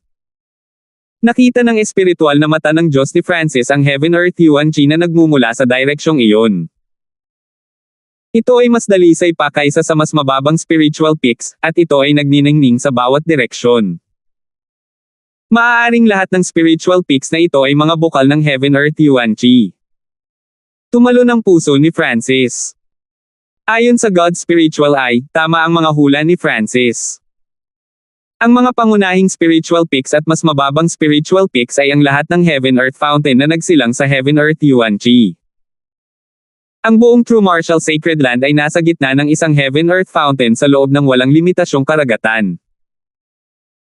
Ito ay dahil dito na ang espiritual na dagat na nakapalibot sa sagradong lupain ay lubhang magulo at ang bilang ng mga puwersa dito ay higit na mas malaki kaysa sa ibang mga zona ng isla. Ang pangunahing spiritual peak na iyon. Nakita ng isang eksperto na may bloodline mula sa sekta na may mali. Ang tatlong pangunahing spiritual peaks ay nasa gitna ng sacred land, ngunit ang pinakasentro ay tila walang puwersang nananatili doon. Ang pinakasentro na pangunahing spiritual peak ay tila inabandona. Ang Heaven Earth Fountain nito ay hindi kasing ganda ng iba pang dalawa. Mas nakita ito ng espiritual na mata ng Diyos ni Francis. Ang pinakasentro na pangunahing spiritual peak ay tila walang tao doon. Iyon ang 10,000 Ancient Sacred Peak. Walang nagmamay-ari nito. Bamantong hininga ang isang Great Origin Core Realm Sovereign Lord. Ang mga nakapunta sa Sacred Land noon ay tumingin sa pinakasentro na pangunahing spiritual peak na may masalimuot na emosyon, ngunit lahat sila ay naglalaman ng paghanga. 10,000 sinaunang banal na lupain. Ang pangalan lamang ay hindi simple. 12,000 taon na ang nakalilipas, mayroong isang super sekta na malapit nang maabot ang ranggo ng 4 na bituin sa 10,000 Ancient Sacred Peak. Puno ng paggalang ang mukha ng matandang Lee. 4-star super sect. Nayanig ang puso ng lahat. Hindi ko akalain na ang 10,000 Ancient Sacred Peak ay isang pagkasira ng halos 4 na bituin na sekta. Ang espiritual na mata ng Diyos ni Francis ay naharang ng ilang uri ng kapangyarihan mula sa tuktok. Pambihira na walang puwersang nanatili doon. Inilibot ng espiritual na mata ng Diyos ni Francis ang buong Sacred Land, pagkatapos ay binawi niya ang kanyang tingin. Ang banal na lupain ay hindi kasing tahimik at payapa gaya ng iniisip ninyo. Lahat kayong mga baguhan, huwag kayong umalis ng mahigit 500 milya dito. Nagbabala ang One-Armed Half-Step King. Naiintindihan ni Francis. Mayroon lamang 33 mas mababang spiritual peaks, ngunit ang bilang ng 2 star na sekta sa True Martial Islands Zone lamang ay lumampas sa 100. Bukod sa spiritual peaks, may malalaking patches ng kagubatan, lawa, desyerto, at iba pang lugar. Siyempre, may isa pang mahalagang punto: huwag kailanman saktan ang sinuman mula sa Mystic True Sacred Clan o sa Thousand Darkness Sacred Clan. Dagdag ni Old Lee. Nang magsimula silang magsalita tungkol sa 2 3-star clans, lahat ng 3 half-step na Void God Realms ay may solemn na ekspresyon at takot sa kanilang mga mata. 3-star clans. Mystic True Sacred Clan at ang Thousand Darkness Sacred Clan. Naalala ng lahat ng mga baguhan dito. Ang pagkakaiba sa pagitan ng bawat bituin ay napakalaki. Kahit na ang pagkakaiba ng kalahating bituin ay kumakatawan sa isang malaking pagkakaiba sa lakas. Francis.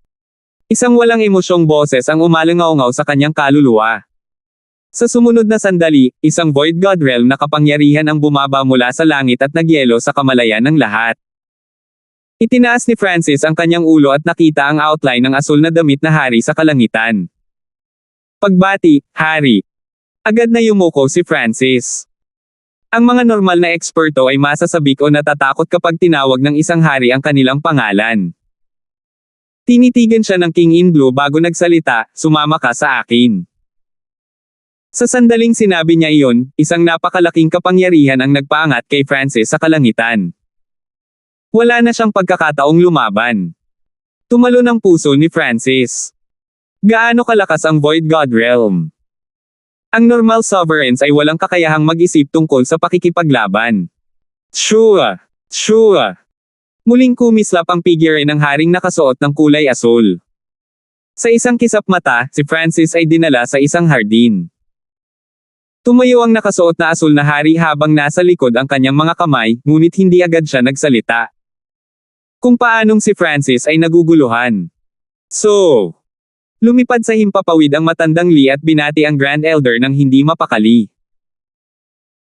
Nalaman ni Francis na ang pressure sa loob ng dimensyon ng Sacred Land ay napakalakas, kaya kahit na ang bilis ng kalahating hakbang na Void God Realm ay mahigpit na pinaghihigpitan.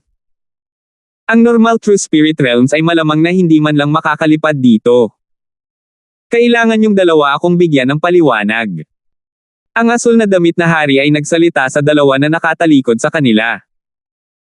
Napatingin si Francis kay Old Lee, at ang mukha ng huli ay puno ng pait.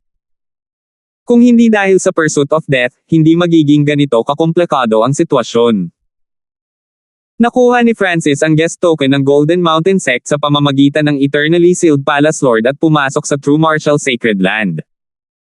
Ito lamang ay isang pang-aabuso sa kapangyarihan. Kung hindi dahil sa pursuit of death, kaya ni Old Lee iyon ng maayos dahil isa siyang half-step Void God Realm. Ang Void God Realms ay nabuhay sa langit at walang oras na mag-abala sa mga maliliit na sitwasyon. Grand Elder, lahat ito ay nagsisimula sa Eternally Sealed Palace Lord.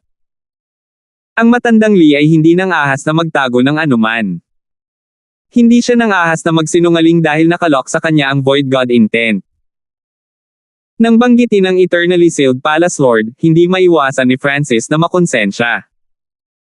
Ang Eternally Sealed Palace Lord ay nagsagawa ng malaking panganib para tulungan siya.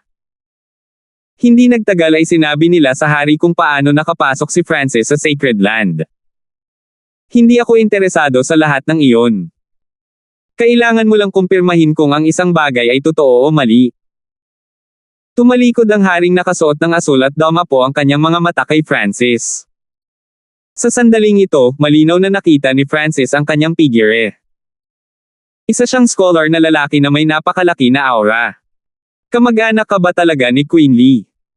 Kumislap ang mga mata ng haring nakasuot ng asul. Kilala siya ng ninuno ng junior na ito. Paliwanag ni Francis. Sinabi niya sa hari ang parehong bersyon na sinabi niya sa Eternally Sealed Palace Lord. Maniniwala ako sa iyo sa ngayon. Hindi naghinala ang nakasuot na asul na hari. Hindi siya naniniwala na ang isang tao ay sasailalim sa napakalaking panganib na makapasok sa banal na lupain kung sila ay isang tagalabas. Siyempre, hindi niya maibubukod ang posibilidad na gusto ni Francis na pumasok sa Sacred Land para lamang makatakas mula sa pursuit of death. Pumunta ka at ayusin si Francis. Susubukan kong makipag-ugnayan kay Emperor Duan mo. Kinawayway ng King in Blue ang kamay. Si Francis at Old Lee ay kumilos na parang pinatawad at agad na umalis sa hardin. Sa ngayon, ang pangunahing isyu ay upang kumpirmahin ang sitwasyon tungkol kay Queen Lee. Ang problema lang ay kung itong si Queen Lee kahit papaano ay hindi ang tinutukoy ng Senior Purple Saint. Ang emosyon ni Francis ay hindi makalma. Hindi nagtagal ay umalis na ang dalawa sa garden. Shua! Shua! Shua! Ilang nagniningning na figure ang lumitaw sa hardin. Lahat sila ay iba't ibang kasarian, edad, at hitsura. Ang aura ng bloodline ay hindi pangkaraniwan. Bagamat hindi ito sa 10,000 ancient races, napakalapit nito. Isang matandang boses ang tumunog. Kahit may bloodline siya ng 10,000 ancient races, mahihirapan siyang mapunta sa Golden Mountain Sect. Ang pinakamahalagang gawain natin ngayon ay kumpirmahin ang relasyon niya kay Queen Lee.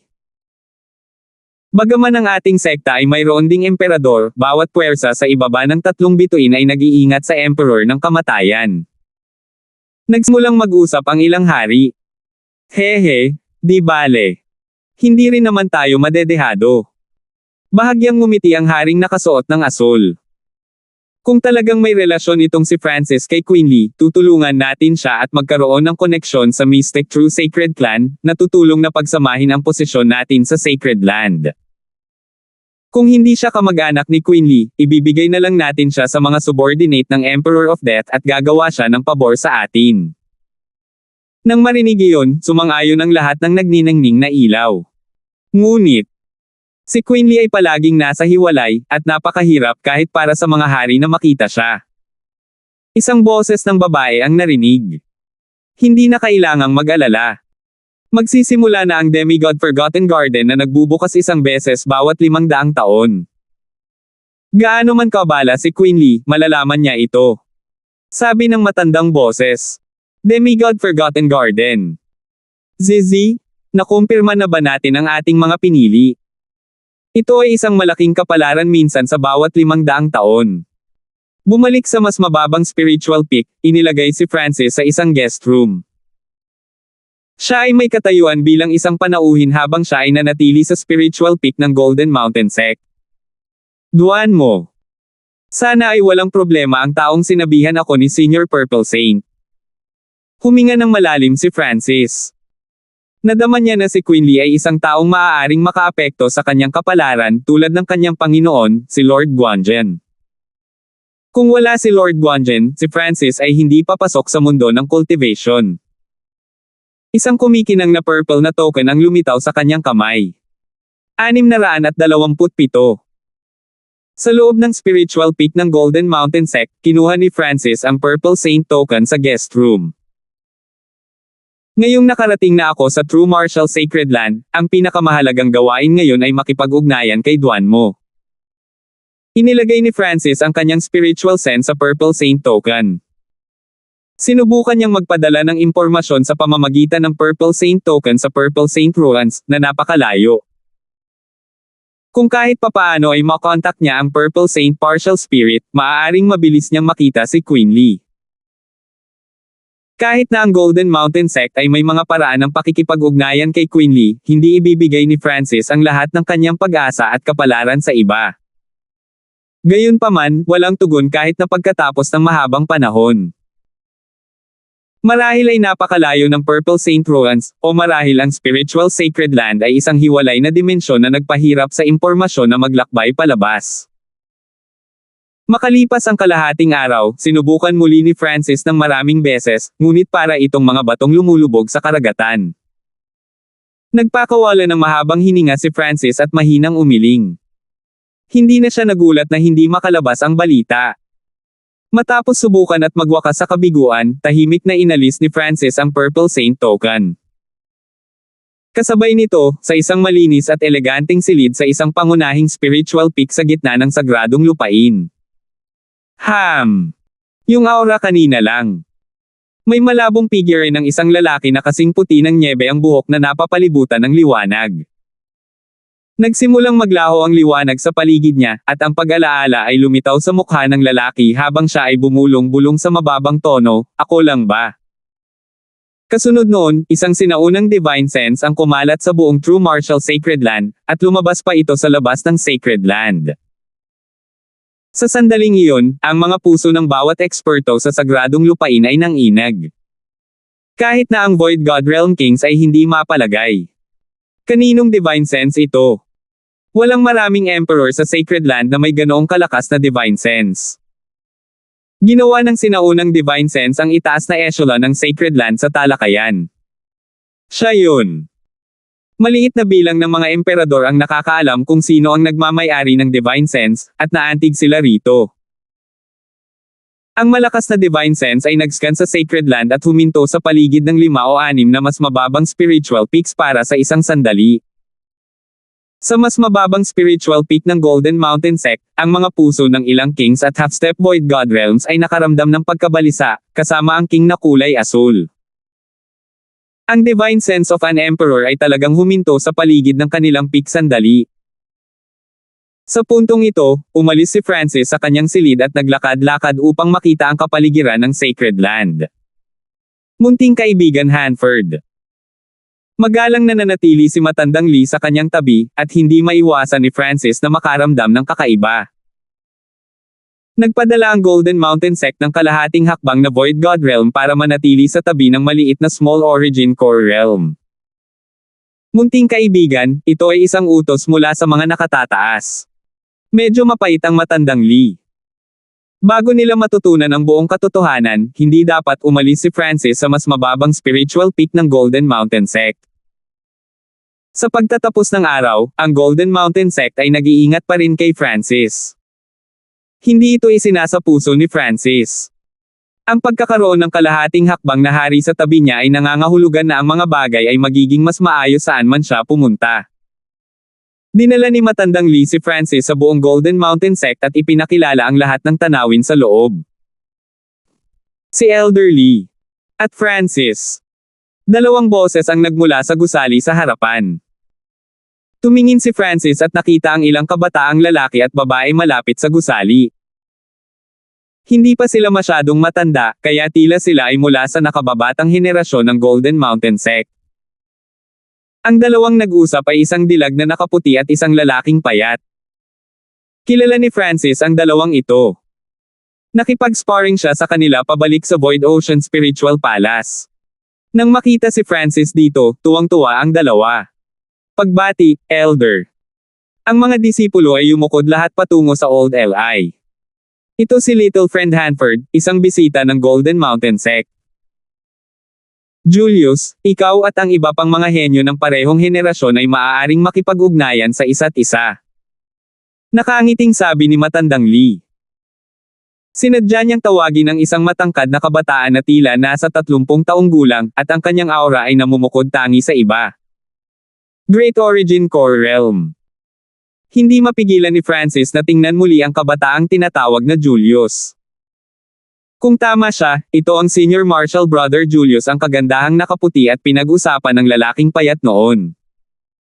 Siya ang numero 1 henyo ng Golden Mountain Sect. Relax, kuya. Aalagaan kong mabuti ang bisita. Medyo magalang si Julius kay Elder Lee. Sa tulong ni Elder Lee, nagpakilala sina Francis, Julius, at ilang iba pang mga henyo mula sa Golden Mountain Sect. Karamihan sa kanila ay personal o core na mga disipulo ng Golden Mountain Sect. Sa kanila, ang magandang babae na nakaputi at ang payat na lalaki ay kakapasok lang sa Sacred Land, kaya mababa ang kanilang katayuan kumpara sa iba. Sa makatuwid, ang dalawa ay kumilos ng mas mainit kay Francis.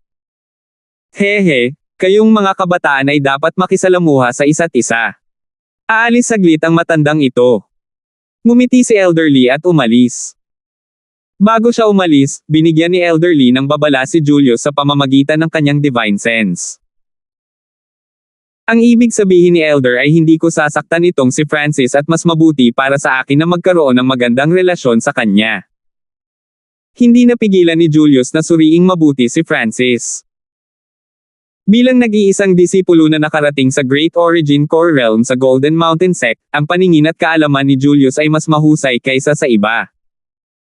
Kung hindi dahil sa babala ni Elder Lee, hindi niya sana gaanong pinansin si Francis. Gayunpaman, matapos suriing mabuti si Francis, naguluhan si Julius. Sa kanyang mga mata, si Francis ay talagang isang henyo. Ang aura mula sa kanyang bloodline at kanyang cultivation ay nalampasan ng iba sa middle stage na Small Origin Core Realm. Ngunit kahit noon pa man, bakit kailangan niyang sinadya ang pagsuso kay Francis? Siya, si Julius, ay isa sa mga nangungunang kahanga-hanga kahit sa sagradong lupain. Napakahusay ng lakas ni Francis. Nakipag-sparring kami sa kanya bago kami pumasok sa Sacred Land, at wala kaming malapit sa kanya. Napabuntong hininga ang payat na lalaki sa grupo. Bukod kay Senior Marshal Brother Julius, hindi pa kami nakakita ng ganoong henyo bago. Ang kagandahang nakaputi ay pinuri mula sa kaibuturan ng kanyang puso. Agad na natalo ni Francis ang dalawa, at sa oras na iyon, ang cultivation ni Francis ay kapareho ng sa kanila tanging ang early stage na Small Origin Core Realm. Ang papuri mula sa dalawa ay nagmula sa kaibuturan ng kanilang mga puso, ngunit ang mga malapit na nakarinig sa kanila ay medyo nalungkot. Paano may kukumpara ang brat na ito kay Senior Marshal Brother Julius? Mayroong ilang mga superhenyo ng Golden Mountain Sect na naruroon na nakarating sa huli at peak stage ng Small Origin Core Realm. Ang mga sobrang henyo na ito ay malamig na tumawa sa kanilang mga puso. Nang marinig ang mga ito, ngumiti si Senior Marshal Brother Julius nang walang sinasabi. Nang makitang wala talagang naniniwala sa kanila, ang mga ekspresyon ng magandang babae na nakaputi at ang payat na lalaki ay nagsimulang mag-alinlangan. Si Francis, Julius, at ilang iba pang mga henyo ay nagsimulang magsalita ng puti at humigop sila ng tsaa. Mukhang nakalusot lang si Brother Julius sa Great Origin Core Realm kanina lang. Walang pakialam na sabi ni Francis. Bahagyang nagulat si Brother Julius. Kara-rating lang ni Francis sa Golden Mountain Sect, paano niya nalaman na kakapasok lang niya sa Great Origin Core Realm? Kailangang malaman ng isa na, pagkatapos ng kalahating buwan, pinagsama niya ang kanyang pundasyon, at ang kanyang aura ay itinatago. Mahirap para sa mga may mababang paglilinang na makita ang paglilinang ng mga mas mataas kaysa sa kanila. Alam ng lahat na nakapasok si Brother Julius sa Great Origin Core Realm 2 buwan na ang nakakaraan. Mahinang sabi ng isang late stage na Small Origin Core Realm na may buhok na kayumangging lalaki. Ang lalaking may kayumangging buhok ay hindi masaya sa kung paano tinatrato ng mga elder at head disciple si Francis, na isang maliit na middle stage na Small Origin Core Realm. Hindi niya pinansin ang ilang detalye. Ito ang unang pagkakataon na pumunta si Francis sa Golden Mountain Sect at nakita pa si Brother Julius, kaya paano niya malalaman ang anumang bagay tungkol sa sitwasyon ng huli. Si Brother Julius, gayunpaman, ay nagbigay pansin.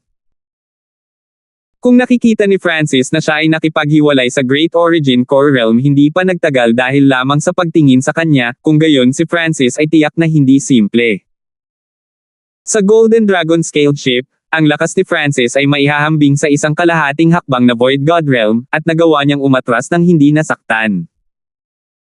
Lumitaw ang mga kulay sa kagandahan sa mga mata ng puti nang magsimula siyang magsalita tungkol sa nangyari sa barkong Golden Dragon Scaled. Sa totoo lang, wala sa kanila ang talagang nakaintindi sa nangyari sa barkong Golden Dragon Scaled.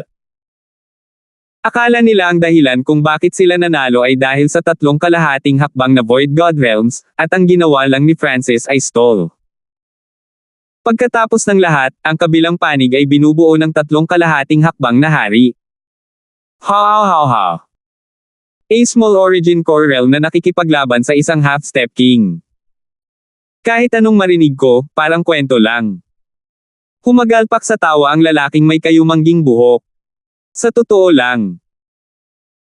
Ang maliit na pinagmulan Core Realm na nakikipaglaban sa isang half-step na king ay lumabas lamang sa mga kwento o alamat, kahit na nagawa nilang lumaban para sa ilang hininga. Maging si Senior Marshal Brother Julius ay hindi maiwasang mapangiti. Masyadong exaggerated ang lahat ng sinasabi ng dalawang ito. Gusto lang siguro ng magandang babaeng nakaputi na palakihin si Francis para itaas ang kanyang status. Nakita ko ito ng sarili kong mga mata. Kung hindi ka naniniwala sa akin, tanungin mo si Elderly. Galit na sabi ng magandang babaeng nakaputi. Nakaramdam siya ng mali. Lahat ng sinabi niya ay totoo. Nasaksihan niya ang lahat ng ito sa sarili niyang mga mata, at sa halip na paniwalaan siya, lahat sila ay may pangungutya sa kanilang mga mukha. Kung narito si Elderly, sasabihin niya sa kanila ang totoo, ngunit nais ni Elderly na bigyan ng pagkakataon ang mga junior na makipag-ugnayan sa isa't isa, kaya umalis siya. Ang grupo ay malinaw na hindi aabalahin si Elderly para sa isang maliit na bagay tulad nito. Salamat sa tulong mo. Si Francis ay kumilos na parang normal ang lahat, at binigyan niya ang payat na lalaki at ang kagandahan sa puting nakakaaliw na tingin. Pagkaraan ng ilang sandali ay may humiling na makipag-spar. Ang once ever 500 years demigod Forgotten Garden ay malapit ng mabuksan. Maging ang Golden Mountain Sect ay mayroon lamang 5 slots na available. Tila, ang kompetisyon para sa Demigod Forgotten Garden ay lubhang mahigpit. Tumango si Senior Marshal Brother Julius. Kaka-rating lang niya sa Great Origin Core Realm, at gusto niyang ipakita ang kanyang mga kakayahan sa isang beses bawat 500 taon na Demigod Forgotten Garden. Siyempre, isang bagay na hindi nagkukulang sa Sacred Land ay mga henyo. Maraming tao na kahit si Brother Julius ay nag-iingat. Hindi sapat ang isang tao sa Demigod Forgotten Garden. Tama, dapat mag-spar ang bawat isa. Ito ay makakatulong sa atin sa Demigod Forgotten Garden. Siyempre, hindi natin makakalimutan ang ating bisita. Ang kayumangging buhok sa late stage na Small Origin Core Realm na lalaki ay mapaglarong damapo kay Francis. Dahil sa na sinabi ng kagandahang nakaputi at ng payat na lalaki noon, maraming mga disipulo ng Golden Mountain Sect ang gustong harapin siya. Demigod Forgotten Garden. Nagpakita ng interes si Francis at hindi isinasapuso ang kanilang layunin sa pakikipaglaban. Ang Diyos ay tumutukoy sa Heavenly Divine Realm, ang pinakamataas na antas ng cultivation sa Fan Universe. Tinukoy ni Demigod ang pinakamataas na Mystic Light Realm, isang taong kalahating hakbang na sasakop ng Diyos. Kahit na ang Purple Knight Sacred Lord sa kanyang tuktok ay walang karapatang tawaging Demigod. Salamat po at sinamahan ninyo ako. Ingat lagi mga master.